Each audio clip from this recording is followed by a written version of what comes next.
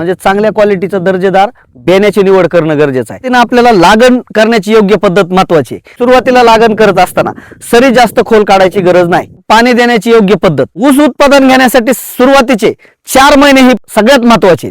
नमस्कार शेतकरी मित्रांनो, कृषी ज्ञान परिवारात सर्व शेतकरी बांधवांचं सहर्ष स्वागत.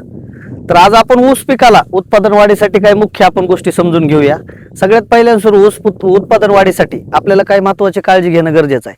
सगळ्यात पहिल्यांदा तर आपल्याला योग्य प्रमाणात बियाणं निवड म्हणजे चांगल्या क्वालिटीचं दर्जेदार बियाण्याची निवड करणं गरजेचं आहे. त्याचबरोबर शेतकरी मित्रांनो, जसं बियाणं निवडलं त्या पद्धतीनं आपल्याला लागण करण्याची योग्य पद्धत महत्वाची आहे. आता भरपूर शेतकरी आहे ती सरीतलं अंतर काही ठिकाणी कमी ठेवतात, काही ठिकाणी जास्त ठेवतात.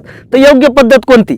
आपल्याला साध्या भाषेत सांगायचं झालं तर एका एकर मध्ये आपल्याला 40 ते 42 हजार कांडा निघाला पाहिजे. म्हणजे 40-42 हजार ऊस निघाला पाहिजे. तर ती कसं आपल्याला लागण करणं गरजेचं आहे. आणि एका ऊसाचं वजन 2 ते 2.5 किलो निघालं तर आपण ॲव्हरेज 100ला टच करू शकतो, 80 ते 100. तर ते घेण्यासाठी लागण करण्याची पद्धत योग्य कोणती? साधं तुम्हाला योग्य पद्धत म्हणजे थोडक्यात सांगायचं झालं, आपलं सरीतलं अंतर जर 5 फूट ठेवलं आणि डोळ्यातलं अंतर जर 1.5 फूट ठेवलं, 5 गुणिले 1.5 करा. 5 गुणिले 1.5 केलं तर 7.5 होते. तर आपल्याला एका डोळ्याला कमीत कमी 7 ते 8, 9 फुटव्याच्या वर फुटवे नाही पाहिजेत. 1-2 जास्त झाले तरी पुन्हा ती मरतेत, पण टिकणं आपल्याला ऊस एका डोळ्याला 7 ते 8, 9 फुटव्यापर्यंत बस झाली. तेव्हा आपल्याला 1 एकर मध्ये 40 ते 42 हजार ऊसाचा कांडा निघते. आणि त्यावेळेस आपण जी निघणारा ऊस आहे त्याला आपल्याला 2 किलोच्या 2.5 किलोच्या घरात घालायचे. त्यावेळेस आपण ॲव्हरेज 80 ते 100ला घेण्यासाठी आपल्याला ह्या लागण करण्याच्या पद्धतीची पण मुख्य काळजी घेणं गरजेचं आहे. त्याचबरोबर शेतकरी मित्रांनो, आता भरपूर लोक सरी काढण्याची पद्धत जी आहे, काही लोक प्रॉपर सरी काढतात, काही लोक सरीतला खोल काढतात. कधी सरी सुरुवातीला लागण करत असताना सरी जास्त खोल काढायची गरज नाही. कारण त्याचं आहे की आपण जर 1 फुटाची सरी काढली, आपला नांगरणी आहे 1.5 फुटापर्यंत खोल जाती. मशागत केलेलं रान आपल्याला 1 फूट आपण वर ठेवलं, खाली पुन्हा टिपरं लावले, परत खाली गेलं टिपरू, तर आपल्याला खाली जी रान आहे ती गच रान असतं आणि मशागत केलेलं रान वर जे माती राहते. तर आपल्याला लागण करत असताना आता इथं बघितलं तुम्ही, जवळपास अर्धा फुटाच्या वर खोल काढलं, एवढी सुद्धा नाही, इथपर्यंत लय झालं. अर्धा फूट 4 बोट, अर्धा फूट सुरुवातीला सरी पाडायची. नंतर बांधणीला मोठ्या बांधणीला दाबून माती लावायची, कारण मुळी चालायला आपल्याला खाली रान मोकळं पाहिजे. तर आपल्याला सरी काढण्याची लय खोल काढायची गरज नाही. ती पण पद्धत आपल्याला ऊस उत्पादनासाठी महत्वाची गोष्ट आहे. त्याचबरोबर शेतकरी मित्रांनो, पाणी देण्याची योग्य पद्धत. आता भरपूर शेतकरी काय करतात, 20 ते 25 सऱ्याला पाईप लावून तुट्टी लावून त्याच्यातून 1 खट्टे पाणी देतात. आता उदाहरण म्हणून सांगतो, आपल्याला ऊसाला पाणी द्यायचंय, रानाला नाही. शेतकरी मित्रांनो, यामुळे आपलं नुकसान भरपूर होतं.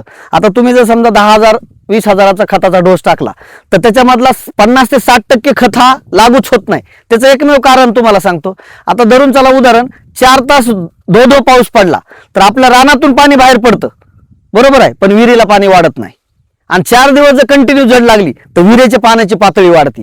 सेम त्याच पद्धतीनं आपल्याला पाणी ऊस मुळी जी आहे ती 1 ते 1.5 फुटापर्यंत मुळी असती. तर आपल्याला ओल आहे ना 1 फुटापर्यंतच पाणी गेलं पाहिजे. आता काही शेतकरी काय करतात, 12 ते 15 शऱ्याला सोडून दिलं, रात्रभर पाणी मुरत जातं. त्या पाण्याची ओल जाते 2.5 फुटाच्या खाली.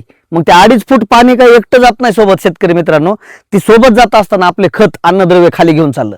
आता मुळीच्या जर लांब अन्नद्रव्य गेलं तर ती लागू होत नाही. म्हणून आपला खत बचत करण्यासाठी आणि आपलं उत्पादन वाढवण्यासाठी पाणी देण्याची योग्य पद्धत, पाणी प्रॉपर देणं गरजेचं आहे. पाण्याने देत असताना तर स्पीडमध्ये द्या, जेणेकरून मुळीच्या जवळपासच ओल राहणं गरजेचं आहे. नाहीतर ठिबक जर पद्धत असेल तर ती सगळ्यात उत्तम ऊस उत्पादनासाठी आहे. शेतकरी मित्रांनो, ठिबक पद्धतीमध्ये आपण जवळपास 7व्या-8व्या महिन्यापर्यंत ज्या शेतकऱ्याला शक्य आहे, दर महिन्याला आपण वॉटर सोलेबल खत किंवा काही घरगुती संजीवक ही आपण देण्याचं योग्य मार्गदर्शन किंवा नियोजन करू शकतो. तर ठिबक पद्धत एक आपल्याला पाणी देण्यासाठी महत्वाची आहे. तर शेतकरी मित्रांनो, ह्या प्रमुख ऊस उत्पादनासाठी पहिले आपलं बियाणं योग्य पद्धतीने निवडणं गरजेचं आहे. लागणची योग्य पद्धत करणं गरजेचं आहे. त्याचबरोबर आपल्याला ऊस पाणी देण्याची योग्य पद्धत आपल्याला करणं गरजेचं आहे. खत व्यवस्थापन आणि ड्रिचिंगची आणि फवारणीचं व्यवस्थापन योग्य टायमिंगला करणं गरजेचं आहे. त्यावेळेस निश्चित स्वरूपात आपलं जे ॲव्हरेज आहे ह्याच्यामध्ये आपण 20 ते 25 टन एकरी उत्पादन वाढवू शकतो. ऊस उत्पादन घेण्यासाठी सुरुवातीचे 4 महिने ही मुख्य सगळ्यात महत्वाचे आहेत. आपल्याला खतं कोणती, लागवडीच्या आधी कोणते खतं टाकणं गरजेचं आहे, किंवा आपल्याला लागवडीनंतर ड्रिचिंग कशी करणं गरजेचं आहे. आणि 100% रासायनिक बरोबर जर वापर करीत असताल तर माझं वैयक्तिक मत आहे, रासायनिक बरोबर तुम्ही काही घरगुती पर्याय जर दिले तर आपल्या ऊस उत्पादन वाढी बरोबर आपली काळी आई म्हणजे आपली माती सुद्धा जिवंत होऊ शकते शेतकरी मित्रांनो. तर आपल्याला आळवणी करण्याची योग्य पद्धत, त्याबरोबर आपल्याला फवारणी कोणत्या पद्धतीनं करायची आणि कोणत्या टप्प्यात करायची, ह्या सगळ्या गोष्टीचं योग्य असं मार्गदर्शन कृषी नवोन्मेषच्या टीमच्या माध्यमातून केलं जातं. तुमच्या ऊस उत्पादन वाढीला खात्रीशीर मार्गदर्शन घेण्यासाठी खाली दिलेल्या नंबरवरती संपर्क करा. शेतकरी मित्रांनो, शेतीविषयक असे अनेक माहिती घेण्यासाठी आणि शेतकऱ्यांच्या नवीन भागातली, कारण कृषी नॅनोचा काय रिझल्ट आला आपण शेतकऱ्याच्या बांधावर जाऊन आपण त्याचं मनोगत घेतो, अशा नवीन भागातील माहिती घेण्यासाठी आपल्या YouTube चॅनलला सबस्क्राईब करा. व्हिडिओ आवडला तर नक्की लाईक करा आणि आपल्या शेतकरी बांधवांना शेअर करा. जय जवान जय किसान.